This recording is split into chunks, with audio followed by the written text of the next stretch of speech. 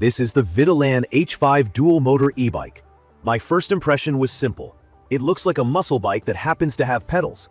I came in a little skeptical about AWD hub motors, worried the front wheel would feel weird under power, and that the 52-volt system would still sag when pushed. After real rides on city streets, sand, a snowy lot, and a punchy gravel climb, I changed my mind. It's a brute, and it's honest about it. On looks and feel, the frame is 60-61 aluminum, with a folding hinge in the middle and a folding stem up front. The hinge locks up tight with very little flex when I rock it, which matters at this weight. The tires are 24 by 4.0 fat rubber, so the stance is tall without feeling comically large like some 26-inch fat bikes. The 24s are a good compromise, more stable than twitchy 20s, easier to manage in corners than 26s. Hydraulic discs, a coil fork, a rigid rear triangle, a big headlight, a tail light, and an LCD that shows the basics. Cables are everywhere. Not a deal breaker, just messy. The controller sits low under the frame, which keeps it cool but puts it in the spray zone. On wet rides, I found myself wiping it down after. The front fender fit is tight, and under compression, it brushed once until I adjusted it. The whole build feels durable, but it also feels like 80 pounds. Folding is real and helpful for storage, but I wouldn't call it grab and go. Lifting it into a trunk is a workout. From my experience, the ride starts with torque. Key features like dual 1000-watt hub motors, peaking at a claimed 3000 watts, a 52-volt, 25-amp-hour battery, and all-wheel drive change how it moves. On throttle, with both motors active, it doesn't just push, it pulls and pushes at the same time. The front wheel claws forward instead of getting shoved around by the rear. On slick bike lane paint and sand over pavement, the front motor's pull kept the line steady when a rear-drive bike would spin or fishtail. On soft sand near the beach, it floated and kept momentum where my mid-drive MTB would sink and stall. On a short, steep gravel climb, it gripped, and I felt the front wheel actively rolling on top of loose stuff instead of plowing into it. The electrical feel is classic 52-volt.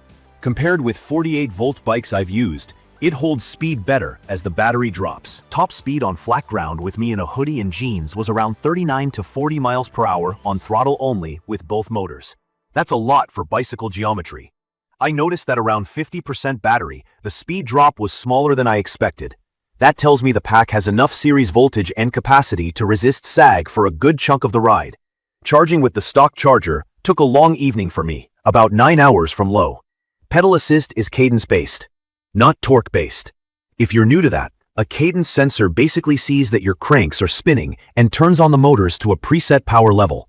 It's simple and strong, but it has a small delay and can feel jumpy at low speed. I used a little throttle to smooth the first pedal stroke, then let PAS take over. The assist levels map to speed caps, and the differences feel predictable. The throttle is instant, and honestly the best way to ride this thing in traffic gaps and off the line. Gearing is where I bumped into my first real gripe. In my opinion, the stock 42T chainring runs out of meaningful pedal resistance around the mid-20s miles per hour. Above that, I was spinning my legs with almost no load. That's ghost pedaling. I swapped to a 52T ring and it transformed the experience. With the bigger ring, I can put actual power down into the low to mid-30s. If you want to pedal at speed, budget for that swap. It's cheap and worth it. Comfort is the other trade. The front coil fork soaks up curbs and potholes fine if I'm not reckless, but the rear is a straight shot from tire to spine. On rough pavement, the bike will remind you it's a hardtail with heavy wheels. Fat tires help a ton if you keep pressure sensible. I ran 18 to 20 psi off-road and a bit higher on pavement to protect the rims. I added a suspension seat post and that took the sting out of expansion joints and gravel chatter. If you'll do long rides on mixed surfaces, a better saddle and a suspension post make this a different machine. High speed stability deserves respect. At 35 to 40 miles per hour, small inputs matter. With the powered front hub adding weight and gyro effect, the steering self-centers a bit more and the bike prefers smooth lines. I had a mild front-end wiggle once when I loosened my grip at speed.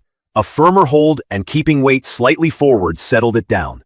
The brakes are strong for this class and did not fade on my test hill. But stopping a heavy, fast e-bike always takes more road than you think. Plan ahead. Range depends on how you ride. With mixed PAS and throttle, mostly single motor around town and dual motor for hills or sand, I saw 35 to 45 miles. When I kept dual motors live and rode hard, I got closer to the mid-20s to low 30s. That lines up with a big 52V 25 amp-hours pack feeding 2 hungry motors. If you expect to cruise at 30+ miles per hour a lot, understand you're paying for it in watt-hours. Little quality notes from living with it. The LCD is easy to read in shade, a bit washed out in midday sun. The rear rack is sturdy enough for a trunk bag or even a second battery if you're that kind of rider. The thumb shifter clicks cleanly and the 7-speed setup is fine once you fix the chainring. The wiring harness is long and looped. I tidied it with a few extra zip ties. The kickstand is placed well and holds the weight, but on soft ground, it sinks. A wider foot would help. Here's what I liked and what matters most. Key features that stand out are the true AWD traction, the 52-volt system that keeps speed longer than 48-volt bikes I've used, and hydraulic brakes that feel confidence-inspiring with one finger. The 24-inch fat tires strike a nice balance between stability and agility. The frame feels solid under power, and the hinge doesn't creak or wander. The dual motor surge is fun, but it's not just about fun. It makes sand, snow, and steep loose climbs easier and safer to ride. It's perfect for riders who want serious power and control on mixed terrain and don't mind a heavier bike. From my experience, the most important upgrade is the chainring. Right behind it is a suspension seat post. With those two changes, the H5 moves from electric moped with pedals toward fast e-bike I can actually pedal. There are trade-offs I think you should know. The weight is real, so stairs and car racks are a chore. The controller sitting low means I'm more careful around puddles and gravel. The cadence sensor has that on-off personality at slow speed. So if you want ultra-smooth, low-speed maneuvers, use the throttle to feather.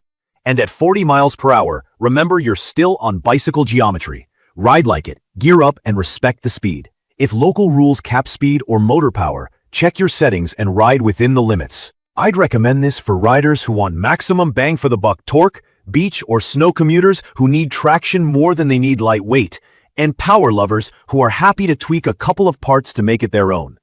If your priority is an ultra-light, stealthy pedal feel with a refined torque sensor, or if you need to lift the bike often, this probably isn't your match. In conclusion, the VITILAN H5 dual-motor e-bike is a heavy, fast, AWD fat tire rig that delivers what it promises. Big power, strong brakes, and real all-terrain capability backed by a large 52V 25 amp-hour battery.